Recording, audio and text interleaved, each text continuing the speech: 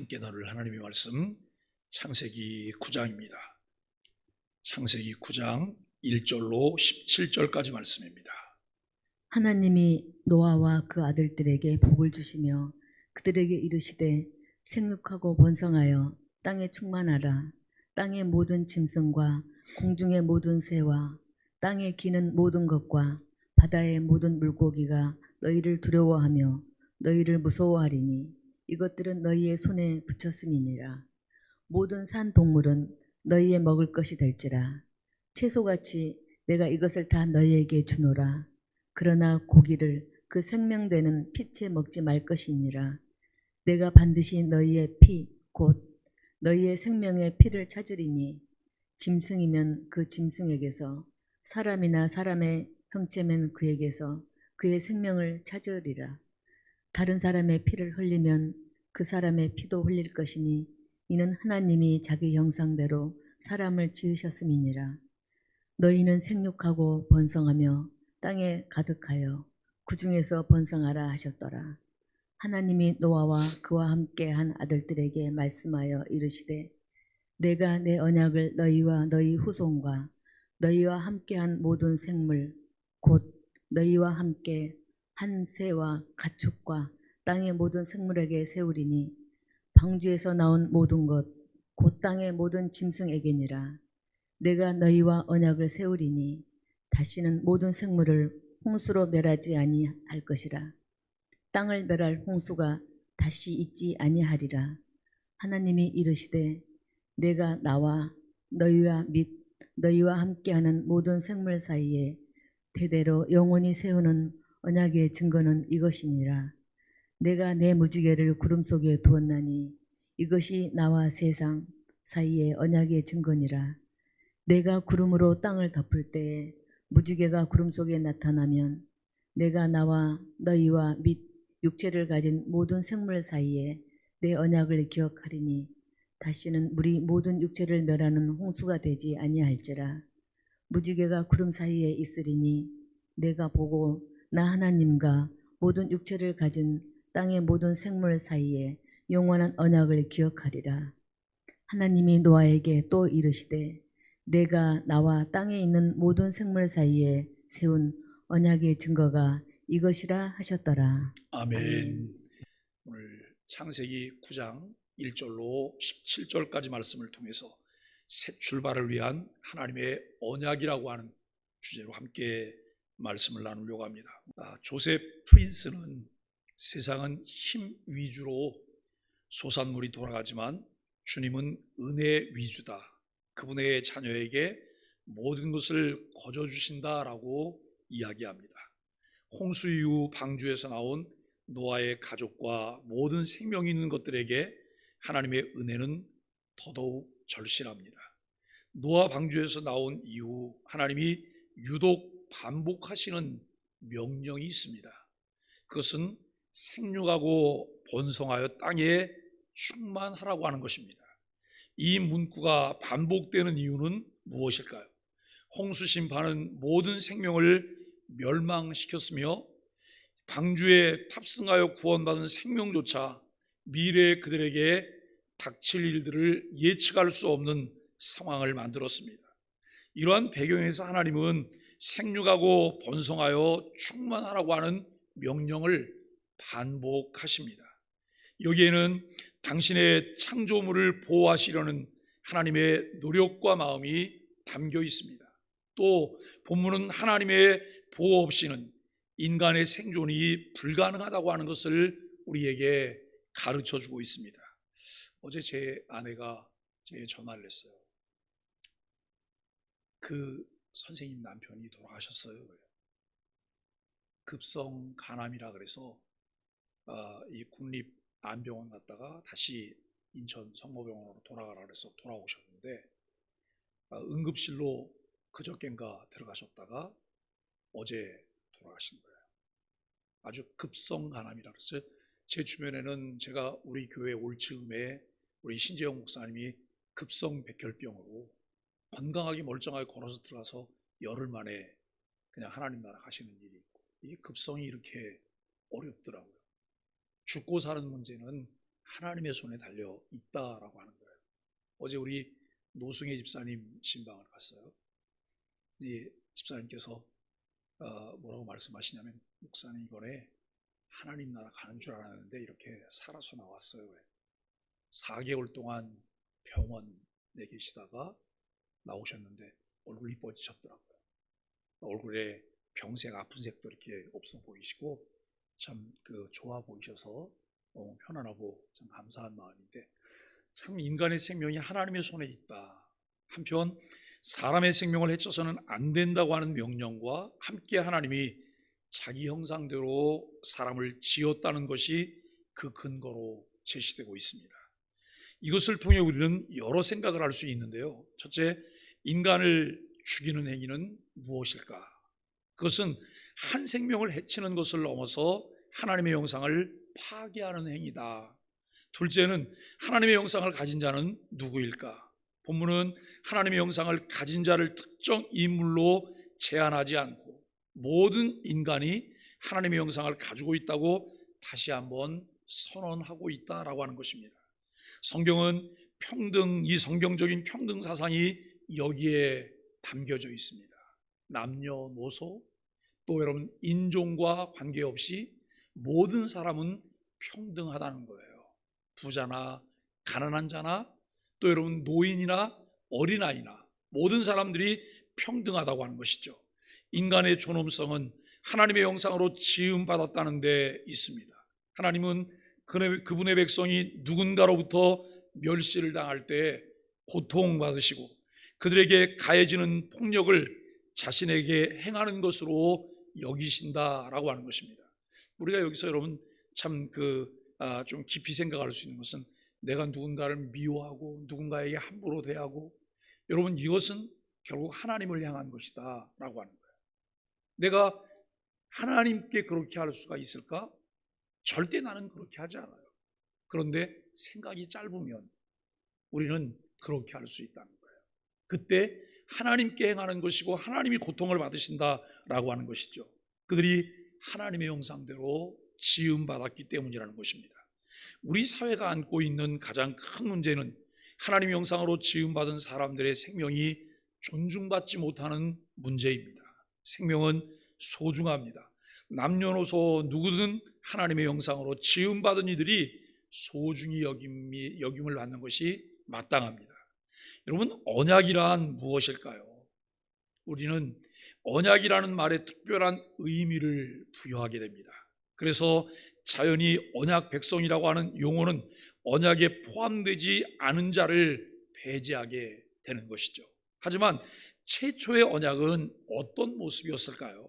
하나님은 너와 함께한 모든 생물, 곧 너희와 함께한 새와 가축과 땅의 모든 생물까지 언약의 범주에 포함하셨습니다.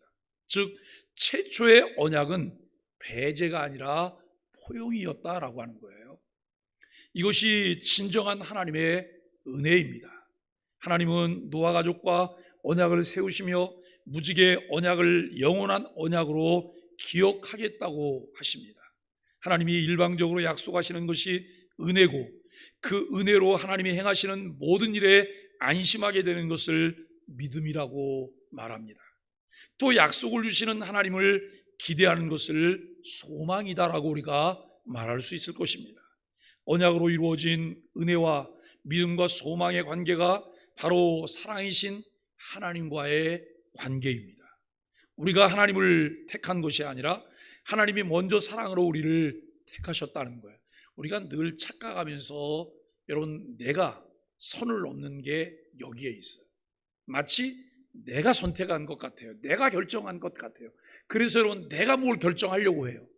그런데 내가 결정한 것이 아니에요. 하나님께서 찾아와 주셨고 하나님께서 선택하여 주셨고 하나님께서 우리를 붙들고 계시고 하나님께서 끝까지 우리와 함께 하신다는 사실을 믿으셔야 돼요. 그래서 여러분 기독교가 다른 종교와 다른 것이 무엇일까요? 다른 종교는 사람이 신을 찾아가요.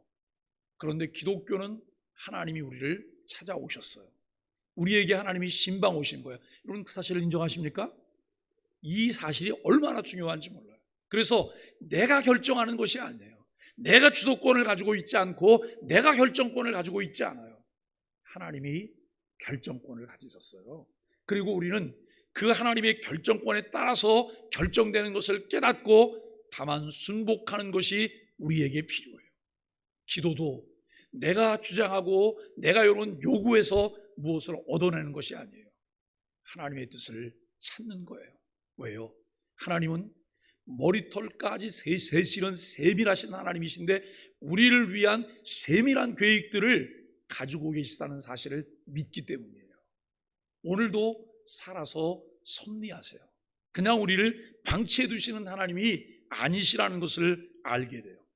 여러분, 아프리카 사람들이 범람하는 강물을 건널 때 이 아프리카는 비가 오지 않다가 갑자기 비가 오면 배수시설이나 이런 것들이 잘 돼 있지 않기 때문에 갑자기 물이 많이 모여드는 거예요. 그리고 한번 비가 쏟아지면 엄청난 양의 비들이 쏟아지기 때문에 어려움을 겪게 되죠. 그때 강을 건널 때 그들이 사용하는 것이 큰 나무나 큰 바위를 이용하는 거예요. 큰 나무나 큰 바위를 붙들고 그것을 건너게 되면 안전하게 건널 수 있기 때문에 그런 것입니다. 여러분, 그래서 우리가 참 우리 앞에 펼쳐지는 상황들을 볼 때 그 상황은 우리를 불안하게 해요. 두려움과 염려에 사로잡히게 하지만 하나님의 언약은 우리를 안전하게 하고 소망을 갖게 한다라고 하는 거예요. 마치 내 앞에 펼쳐진 그 일들이 나를 삼킬 것 같아요. 거기에 내가 압사돼 죽을 것 같아요. 여러분, 그것조차도 주께 맡기고 주님이 주시는 은혜를 힘입는 것이 우리에게 필요하다라고 하는 것입니다. 하나님의 언약은 견고한 바위와 같습니다. 출렁이는 세상, 풍랑이 끊이지 않는 세상, 우리를 침몰시키려고 사방에서 에워싸는 세상 속에서도 약속의 말씀을 붙잡으면 안심하고 나갈 수 있습니다. 그러니 하나님이 주신 언약이 무겁다고 함부로 버리지 마십시오. 힘들어 보이고 쓸모없어 보일지라도 그 약속을 붙잡고 세상의 풍랑을 헤치며 가다 보면 결국 무사히 건너게 될 줄로 믿습니다. 우리가 할 일은 무엇입니까? 날마다 배우고 확신한 일에 거하라고 성경은 우리에게 가르치고 있어요. 배우고 확신한 일에 거하라. 그리고 그 말씀을 가르쳐 지키게 하라고 해요. 하나님 말씀을 가르쳐 지키게 하라. 때를 얻든지 못 얻든지 힘써 전해야 한다라고 우리에게 말씀하고 있습니다. 하나님의 뜻을 따라 기도하는 연습과 습관이 필요합니다. 하나님의 언약을 붙들고 하나님의 뜻을 따라서 기도하며 간구합니다. 간구는 하나님을 하나님으로 신뢰하며 인정하는 행위입니다. 그래서 여러분, 앉아서 기도 연습을 하는 거예요. 기도 연습. 기도 연습이 뭐냐면 기도를 자꾸 써보는 거예요. 기도를 쓰는 거예요. 아무래도 여러분, 쓰려고 하면 말보다는 느리잖아요. 한 번 더 생각하면서 쓰게 돼요. 그리고 그것을 한번 읽어보고 또 정리하는 거예요. 그리고 정말 중요한 것은 경우에 합당한 기도를 하는 거예요. 경우에 합당한 기도. 이를테면 이거예요. 우리가 헌신 예배를 드려요. 우리는 계획 기도를 사회자가 하지 않아요. 그런데 사회자가 계획 기도를 할 경우에 계획 기도는 뭘 해야 되냐? 예배 시작을 하나님께 맡기는 기도예요. 그거는 길 필요도 없어요. 30초에서 1분. 그리고 여러분, 대표 기도를 맡았을 때도 그 예배만을 위해서 기도하는 거예요. 기도는 누구에게 하는 거예요? 하나님께 기도하는 거예요. 기도 시간에 성경 구절 읽을 필요 없어요. 왜냐하면 그 기도 시간에 성경 구절 읽는 것은 결국 사람 들으라고 또 우리가 하는 거거든요. 그냥 예배만을 위해서 하나님께 기도하시면 돼요. 특히 우리가 많은 실수를 하는 기도가 뭐냐? 헌금 기도예요. 헌금 기도하시는 분이 예배 그 설교 들었던 거, 은혜 받은 거 또 다 기도하시는 분도 계세요. 또 교회를 위해서 기도하고 다 기도하세요. 그러실 필요 없으세요. 헌금을 위해서만 딱 기도하시면 돼요. 이게 경우에 맞는 기도들이죠. 오늘 우리는 그런 것들을 끊임없이 연습을 해보는 거예요. 이 상황에서는 뭘 위해서 기도해야 될까? 이건 어떤 걸까? 이런 것들을 우리가 살펴보면서 기도의 내용들을 쓰는 거예요. 무엇을 관철시키려고 하는 자세가 아니라 주께서 말씀하신 것을 따르고 순종하려고 하는 자세가 기도의 바른 자세라고 하는 것이죠. 내가 언약 백성임을 잊지 않고 언약을 붙들고 기도하여 승리의 노래를 부를 수 있어야 합니다. 하나님은 창세부터 사람에게 복을 약속하셨고 한 번도 그 약속을 유보하거나 취소한 적이 없으세요. 우리는 여러분 감정에 따라서 뭐가 많이 결정이 되어져요. 그래서 얼마나 성숙한 사람이냐, 얼마나 인격적인 사람이냐, 그것은 감정을 얼마나 다스릴 수 있느냐, 이 지정이가 여러분 조화된 삶을 살고 있느냐, 이 부분과 관련이 있어요. 그런데 하나님은 매우 인격적이신 하나님이셔서 그분은 감정에 따라서 무엇을 결정하지 않으세요. 즉흥적으로 무엇을 결정하지 않으신다는 거예요. 치밀하세요. 하나님은 치밀하실 뿐만 아니라 하나님은 집요하세요. 우리가 여러분 정말 하나님의 성품 가운데 하나님의 치밀하심, 하나님의 집요하심, 이 부분을 잘 배우는 것이 필요해요. 우리는 쉽게 잡았다가 쉽게 나가요. 마치 그냥 쉽게 끓는 냄비 같아요. 쉽게 끓는 냄비 같은 신앙이 아니라 여러분 가마솥 같은 그런 신앙을 우리가 갖는 것이 필요하지 않겠어요? 비록 악한 인류를 홍수로서 심판하셨지만 심판이 끝난 후에는 새 인류인 노아의 가족에게 언약을 통해 복을 약속하십니다. 그 복은 무엇이며 언약 백성은 어떤 자세를 가져야 하는지를 살펴봅니다. 여러분 창세기 우리가 1장부터 지금 창세기 9장에 우리가 왔어요.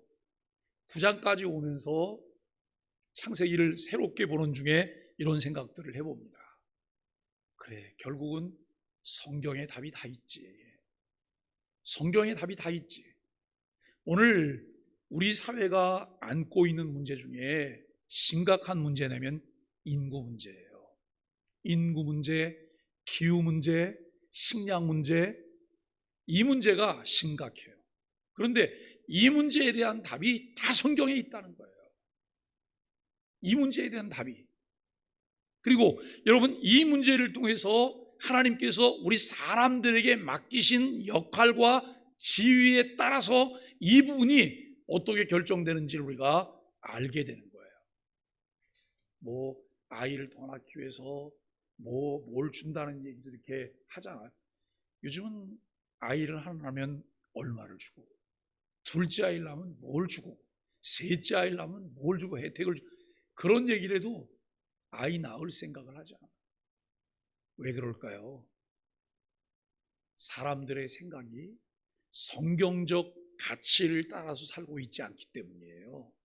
상황적 가치를 따라 살기 때문에 아이를 낳을 수가 없어요. 낳을 필요가 없고, 또 아이를 낳기를 간절히 갈망하는 가정들에게는 또 아이가 생기질 않아요. 이것 우리가 하나님 앞에 정말 기도해야 되는 내용들이 아닐까 생각을 해봅니다. 오늘 1절로 7절은 새로운 아담이 되는 것을 보게 됩니다. 죄악이 만연했던 세상이 대홍수 심판으로 깨끗하게 되었습니다. 이제 하나님은 노아와 그의 가족, 방주 안의 생명들을 통해서 다시 새롭게 시작을 하십니다. 1절에서 하나님은 생육과 번성의 복을 베푸세요. 하나님이 처음 사람 아담과 하와를 만드셨을 때에도 하나님이 그들에게 주셨던 문화 명령 가운데 하나님 베푸신 복이 이 생육하고 번성하는 복이었다는 거예요. 창조 때와 같은 복을 노아에게도 약속을 하십니다. 하나님은 비록 죄로 관영한 세상을 물로 심판하셨지만 당신의 신실하심 때문에 세상에 약속하신 복을 이어가십니다. 나아가 그분의 뜻에 순종할 때 한량없는 복을 더해 주신다는 거예요. 이처럼 하나님은 사람의 실패에도 신실하게 당신의 약속을 이루어 가시는 하나님이십니다.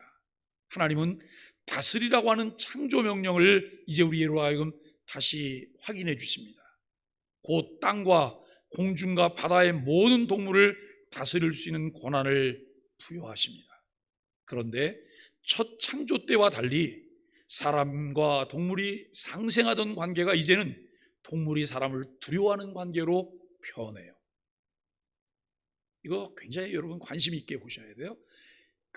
하나님이 처음 천지 만물을 창조하셨을 때와 에덴 동산의 모습과 에덴 동산에 쫓겨난 모습과 그리고 세상의 죄악의 관영에서 홍수 심판 이후에 이루어지고 있는 일들과 그리고 여러분 홍수 심판 이후에 이제 다음 10장에 가면 이 또 아담의 이 노아의 족보가 또 나와요. 시간이 꽤 흘러가서 꽤 많은 족속들이 생긴 거예요.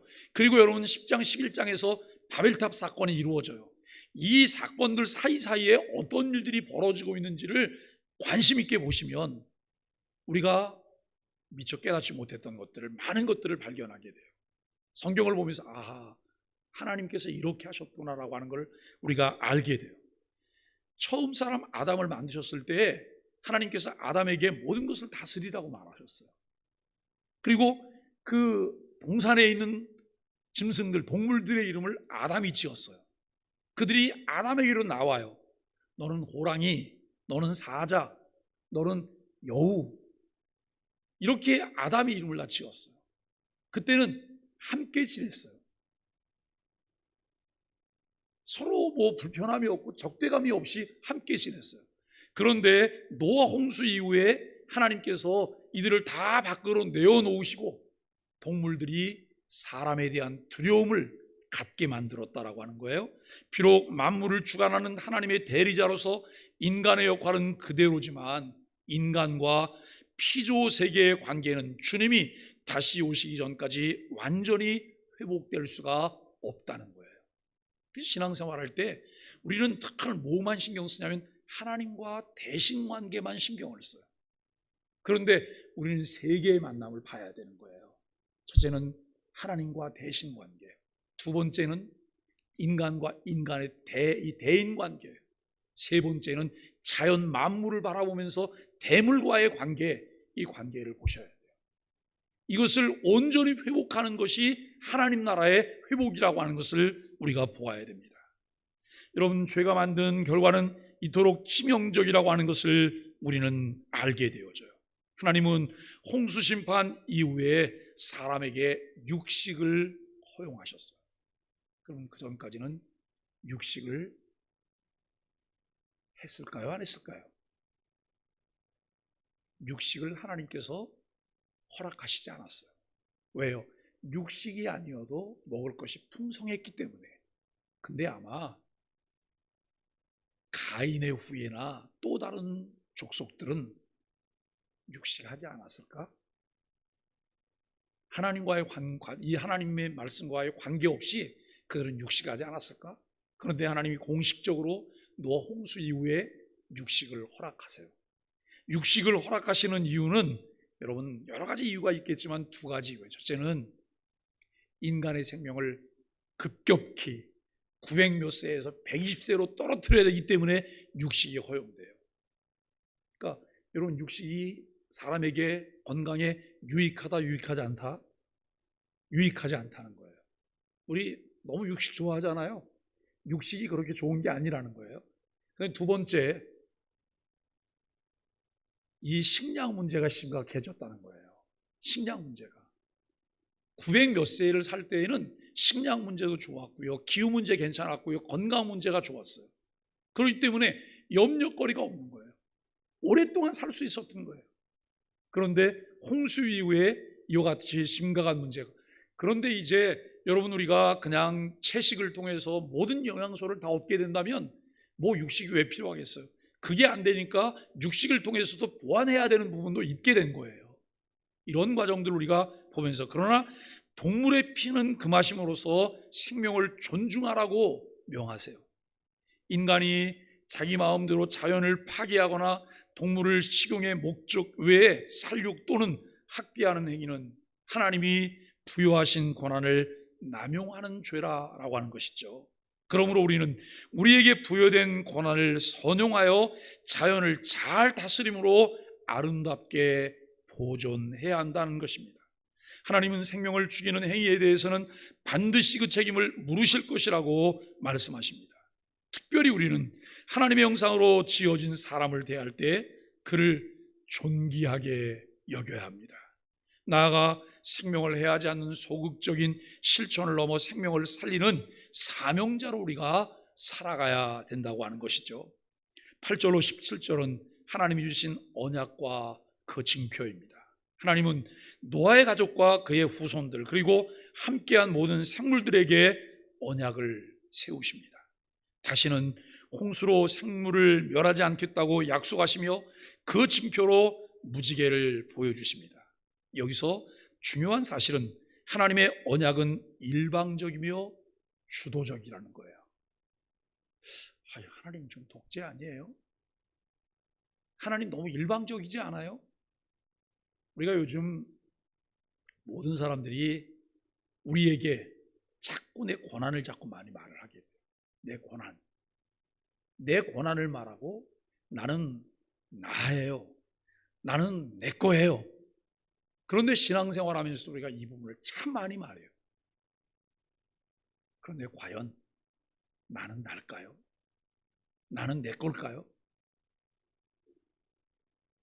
나는 주님의 형상을 닮은 자예요. 나는 주님의 것이에요.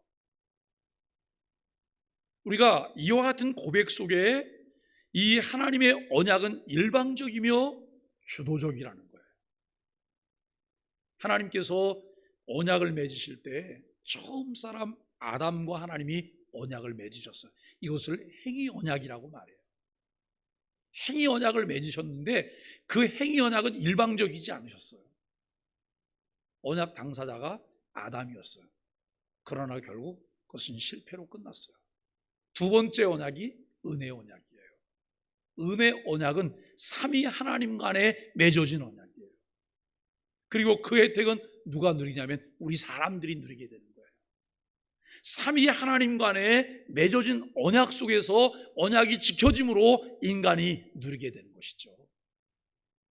노아를 대상으로 하나님께서 언약을 하실 때에도 이 언약이 일방적이며 주도적이었다는 것이죠. 이것이 우리가 하나님의 언약을 신뢰해야 되는 이유입니다. 하나님은 쉽게 흔들리는 우리와 쌍방의 계약이 아닌 일방적인 언약을 통해 구원을 주권적으로 이루어 가신다고 하는 것입니다. 사랑하는 소망의 가족 여러분, 노아와 그의 가족들은 심판과 구원을 이루시는 하나님을 경험하였습니다. 거룩한 두려움이 그들을 사로잡고 있었을 것입니다. 새롭게 새 출발해야 하는 노아와 그의 가족들은 하나님께서 언약의 징표로 보여주신 무지개를 바라보며 하나님의 언약을 기억하고 다시 위로와 소망을 갖게 됩니다. 오늘날 우리도 걱정의 구름과 죄로 인한 심판에 대한 두려움으로 매 순간 불안과 염려 속에 살아가고 있습니다. 그러나 우리에게는 노아와 그 가족들이 위로와 소망을 얻었던 무지개보다 더 확실한 언약의 징표가 주어졌어요.